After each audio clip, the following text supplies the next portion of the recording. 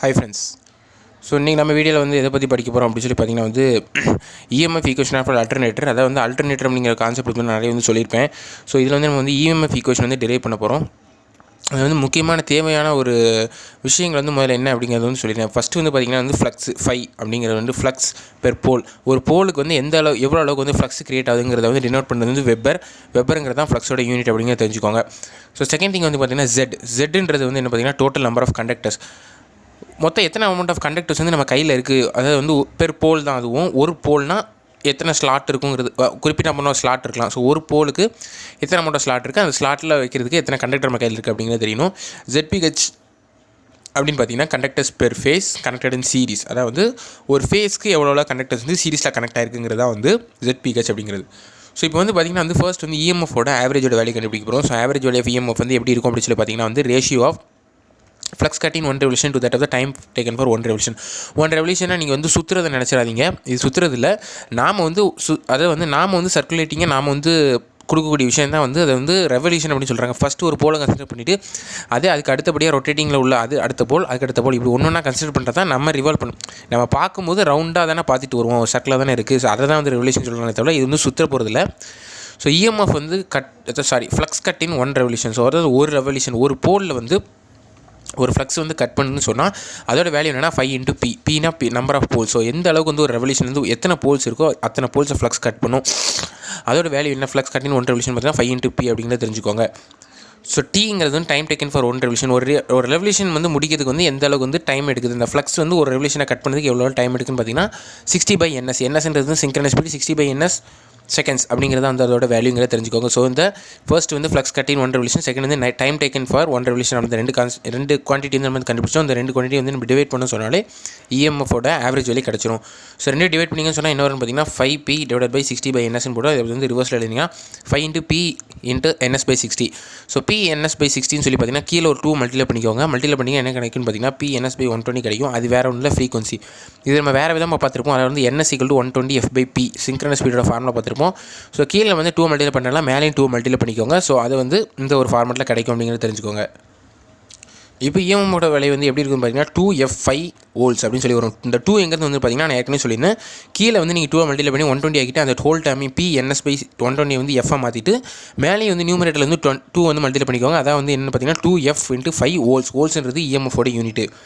இப்போ EMF per turn, இப்போ ஒரு டர்னுக்கு வந்து எவ்வளோ இஎம்எஃப் இருக்குன்றதை கண்டுபிடிக்க போகிறோம். அது வந்து என்ன ஃபார்முலா பார்த்தீங்கன்னா 2 × average value of EMF. 2 × average value of இஎம்எஃப்னா என்ன சொல்லி பார்த்தீங்கன்னா, ரெண்டு கண்டக்டர் வந்து நீங்கள் வந்து கனெக்ட் பண்ணும்போது இது வந்து ஒரு டர்ன் சொல்லுவாங்க. கரெக்டாக இது பேர் வந்து ஒரு டர்ன். இந்த ஒரு கண்டக்டர்லேருந்து ஒரு ஒயர் மாதிரி எடுத்துகிட்டு வந்து ஒரே ஒரு டர்னில் இன்னொரு கண்டக்டரில் கனெக்ட் பண்ணி இது வந்து ஒரு டர்ன். இப்போ கனெக்ட் பண்ணும்போது என்ன பார்த்தீங்கன்னா இங்கே ஒரு இஎம்எஃப் இண்டிஸ் ஆகும், அங்கே ஒரு இஎம்எஃப் இண்டிஸ் ஆகும். இந்த கண்டக்டரில் இங்கே ஒரு இஎம்எஃப் இருக்குது, அங்கே ஒரு இஎம்எஃப் இருக்குது. ஸோ இந்த இஎம்எஃப் வந்து என்ன செய்யணும் பார்த்தீங்கன்னா அந்த இஎம்எஃபோட என்ஹான்ஸ் பண்ணும். ஸோ ரெண்டுமே வந்து கனெக்ட் பண்ணி இஎம்எஃப் இண்டிஸ் ஆகும்போது இங்கேருந்து ஒரு கரண்ட் ஃப்ளோ அங்கே இருக்கும். ஸோ கண்டக்டர் டு கண்டக்டர் வந்து கரண்ட் ஃப்ளோ இருக்கும். ஸோ அதனால் ரெண்டுமே வந்து இதுக்கு வந்து ஆடப் ஆகுது இல்லையா. ஸோ கரண்ட் ஃப்ளோ ஆகுனா ஆடப் ஆகணும் ரெண்டு பேர். ஆடப் ஆகிறதுனால இது வந்து 2 × ஆவரேஜ் வேல்யூ ஆஃப் இஎம்எஃப், அதான் இஎம்எஃப் பெர் டர்ன் அப்படின்னு சொல்கிறாங்க. ஸோ டிபிஹெச்னா என்னென்னு பார்த்தீங்கன்னா total number of turns per phase. ஒரு ஃபேஸ்க்கு எத்தனை டர்ன் இருக்குது. ஸோ இது வந்து ஒரு டர்னுக்கு நம்ம இங்கே ஃபார்முலா எழுதிட்டோம். So total number of turns வந்து எத்தனை இருக்குது டிபிஹெச் அப்படின்னு சொல்லியிருக்காங்க. அப்போ என்ன அர்த்தம் பார்த்தீங்கன்னா டிபிஹெச் × இதுதான் வந்து என்னென்னு பார்த்தீங்கன்னா ஆவரேஜ் இபிஹெச். இஎம்எஃபோட ஆவரேஜ் வேல்யூ என்ன பார்த்தீங்கன்னா டிபிஹெச் × இ ஆவரேஜ் வந்து 4π × f அப்படிங்கிறது தெரியும். இது சப்ஸ்டிட் பண்ணிங்கன்னா டிபிஹெச் × 4πf. இப்போ இன்னும் ஒரே ஒரு முக்கியமான விஷயம் என்ன உள்ளே வருது அப்படின்னு சொல்லி பார்த்தீங்கன்னா வந்து அது என்ன, அதோட ஃபேக்டர் பேர் என்ன பார்த்தீங்கன்னா ஃபார்ம் ஃபேக்டர் அப்படின்னு சொல்லி வந்து நம்ம ஏசி டிஸ்ட்ரிபியூஷனாக இருந்தாலும் சரி, டிரான்ஸ்மிஷன் லைன், டிஸ்ட்ரிபியூஷன் லைன்ஸ், இது எல்லாமே வந்து ஃபார்ம் ஃபேக்டர் அப்படின்னு சொல்லி முக்கியமான கான்செப்ட்னு சொல்லுவாங்க. ஸோ ஃபார்ம் ஃபேக்டர் என்ன அப்படின்னு சொல்லி பார்த்தீங்கன்னா அதோட வேல்யூ என்னென்னு பார்த்தீங்கன்னா ratio of RMS value to the average value. RMS வேல்யூனா என்னென்னா வந்து ரூட் மீன் ஸ்கொயர் வேல்யூ. அது என்னடா அந்த ரூட் மீன் ஸ்கொயர் வேல்யூ அப்படின்னு சொல்லி கேட்டிங்கன்னா நான் ஒரு சின்ன எக்ஸ்ப்ளனேஷன் சொல்கிறேன். அதை வந்து நீங்கள் தெரிஞ்சுக்கோங்க. அதாவது வந்து இப்போ வந்து நீங்கள் வந்து ஒரு லேம்ப் இருக்குதுன்னு வச்சுக்கோங்களேன். ஒரு 6 volt லேம்ப் இருக்குது.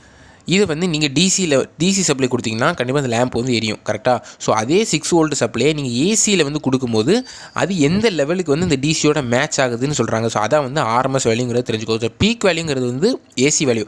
நார்மலாக நீங்கள் ஆல்டர்னேட்டிவ் கரண்ட் சப்ளை கொடுக்கும்போது அந்த லேம்ப் வந்து எரியுதுன்னு வச்சுக்கோங்களேன் 6 voltல. ஸோ சைனசாய்டல் வேவ் தான் இன்புட்டாக இருக்க போகுது. இதே நீங்கள் அதே 6 volt டிசி கொடுக்கும்போது இது எப்படி இருக்குன்னா அது எந்த அளவுக்கு அதோட வந்து மேட்சப் ஆகுதுங்கிறத வந்து ரூட் மீன் ஸ்கொயர் வேல்யூ. நார்மலாக உள்ள அதோட வந்து எந்த அளவுக்கு வந்து மேட்ச் ஆகுதோ அதான் வந்து என்னன்னு சொல்லி பார்த்தீங்கன்னா இந்த ஆர்எம்எஸ் வேல்யூன்னு சொல்லுவோம். ஆவரேஜ் வேல்யூங்கிறது நம்ம மேலே கண்டுபிடிச்சி வச்சிருக்கோம். ஆர்எம்எஸ் வேல்யூ வந்து என்ன, அதோட கேஎஃப்ங்கிறது வந்து ஃபார்ம் ஃபேக்டரோட வேல்யூ வந்து 1.11. ஸோ இதில் வந்து என்ன கண்டுபிடிக்கணும், ஆர்எம்எஸ் இந்த ஆர்எம்எஸ் வேல்யூ தான் கண்டுபிடிக்கும். RMS = 1.11 KF into average. இதை வந்து நீங்கள் ஆவரேஜோட 1.11 டெலிட் பண்ணிங்கன்னா கரெக்டாக என்ன வரும்னா 4.44 FI TPH அப்படிங்கிறது தான் வந்து வரும். இதான் வந்து ஒரு EMF equation of an alternator. So இதில் TPHோட வேல்யூ என்ன பார்த்தீங்கன்னா ZPH/2. TPHனா total number of turns per phase, ZPHனா total number of conductors per phase. So இதோட டோட்டல் நம்பர் ஆஃப் கண்டக்டர்ஸ், ஒரு ஃபேஸ்க்கு எத்தனை கண்டக்டர்ஸ் இருக்கோ அதை பாதியாக பிரிச்சுன்னா அது வந்து total number of turns per phase அப்படிங்கிறது தெரியும். அடுத்தது என்ன சொல்லி பார்த்தீங்கன்னா, இதில் வந்து இது எதுக்குரிய EMF ஈக்குவேஷன் இந்த அல்டர்னேட்டரில் அப்படின்னு பார்த்தீங்கன்னா full pitch distribution winding. Full பிச்சாக இருக்கணும். அதே மாதிரி வந்து கான்சன்ட்ரேட்டட் வைண்டிங், டிஸ்ட்ரிபியூஷனில் கான்சன்ட்ரேட்டட். அதாவது வந்து ஃபுல் பிச்னா வந்து ஒரு 180 டிகிரியாக இருக்கும் ஒரு ஸ்லாட்டுக்கு இன்னொரு ஸ்லாட்டுக்குள்ள இடையில உள்ள டிஸ்டன்ஸ். அண்ட் ஆல்சோ வந்து கான்சன்ட்ரேட்டட்னா ஒரே ஸ்லாட்டில் மொத்த கண்டக்டரையும் ப்ளேஸ் பண்ணும்போது எந்த அளவுக்கு வருதுங்கிறது தான் இதோட ஈக்குவேஷன். இதே நீங்கள் டிஸ்ட்ரிபியூட்டடாக வைக்கும்போது எந்த அளவுக்கு ஒரு ஈக்குவேஷன் மாறுங்கிறதையும், அதே மாதிரி நீங்கள் ஷார்ட் பிச்சில் வைக்கும்போது எந்த அளவுக்கு ஈக்குவேஷன் மாறுங்கிறதை நான் அடுத்த வீடியோவில் சொல்கிறேன். ஸோ நல்லா ஞாபகம் வச்சுக்கோங்க. இந்த வீடியோவில் வந்து இந்த ஈக்குவேஷன் ஆஃப் அல்டர்னேட்டர், இந்த ஈக்குவேஷன் வந்து எதுக்குன்னு பார்த்தீங்கன்னா ஃபுல் பிச் கான்சன்ட்ரேட்டட் வைண்டிங்கிறது தெரிஞ்சுக்கோங்க. ஸோ 4.44 FI TPHங்கிறது தெரிஞ்சுக்கோங்க. ஸோ இதான் ஃப்ரெண்ட்ஸ் இந்த வீடியோவில் நான் சொல்ல நினச்சது. ஸோ இதில் வேறு ஏதாவது டவுட்ஸ் இருந்தால் வந்து நீங்கள் கமெண்ட்ஸில் மென்ஷன் பண்ணுங்கள். வேறு என்னென்ன மாதிரி வீடியோஸ் வேணுங்கிறது வந்து கமெண்ட்ஸில் லீவ் பண்ணுங்கள். அது மாதிரி வந்து நம்ம சேனலோட ரிவ்யூஸும் வந்து கமெண்ட்ஸில் தெரிவிங்க. ஸோ பாசிட்டிவாக இருந்தாலும் நெகட்டிவாக இருந்தாலும் எதாக இருந்தாலும் நான் ஏற்றுக்குவேன். ஸோ அடுத்த ஒரு வீடியோவில் உங்களை சந்திக்கிறேன். அதுவரை தேங்க்யூ ஃபார் வாட்சிங்.